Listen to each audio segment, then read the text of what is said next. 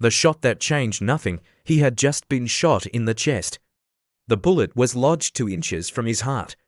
And Theodore Roosevelt gave a 90-minute speech anyway, why? Because this man was not built like other men. This is the story of how he became immortal.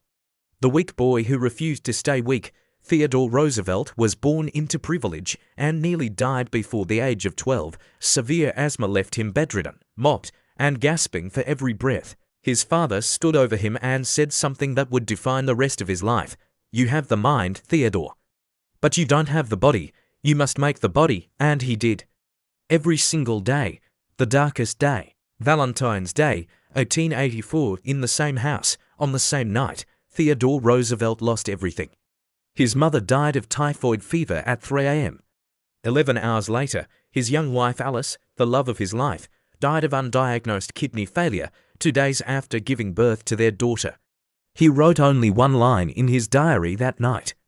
One black X and the words, "The light has gone out of my life." He handed his newborn daughter to his sister, packed a bag and disappeared into the wilderness. The cowboy, he didn't go to therapy. He went to the Badlands of Dakota and he became a cowboy.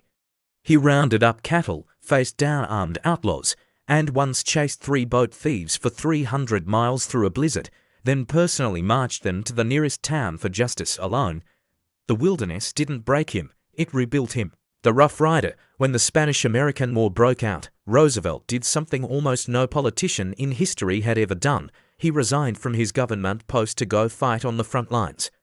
He led the Rough Riders, a ragtag cavalry of cowboys, Ivy League athletes, and Native American trackers in a charge straight into enemy far up San Juan Hill. Against all odds, they won. He later called it the greatest day of my life, the Bull Moose president.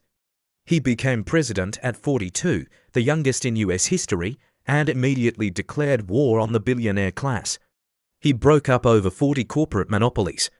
He built the Panama Canal. He created 150 national forests, 5 national parks, and protected 230 million acres of American wilderness. Oh, and he also had a judo mat installed in the White House, where he trained every morning. He wasn't just a president. He was a force of nature wearing a suit, the River of Doubt. After losing the 1912 election, most men would have retired. Roosevelt co-led an expedition to map an uncharted Amazon River. What followed was a nightmare. Team members were murdered, supplies ran out, and Roosevelt contracted a near-fatal tropical infection. Delirious with fever, he told his son to leave him behind to die. His son refused, he survived, and the river was named after him, the Rio Roosevelt.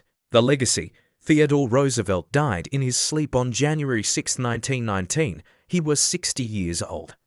His friend and fellow statesman Elihu Root, upon hearing the news, said this: "Death had to take him sleeping, for if Roosevelt had been awake, there would have been a fight. The boy who couldn't breathe, the man who refused to stop, the president who punched back at history itself." Theodore Roosevelt was not a myth, he was real, and he was relentless. If that story gave you chills, you're in the right place.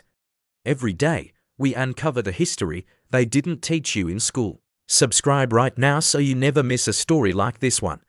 And if you want more, the next video is already waiting for you.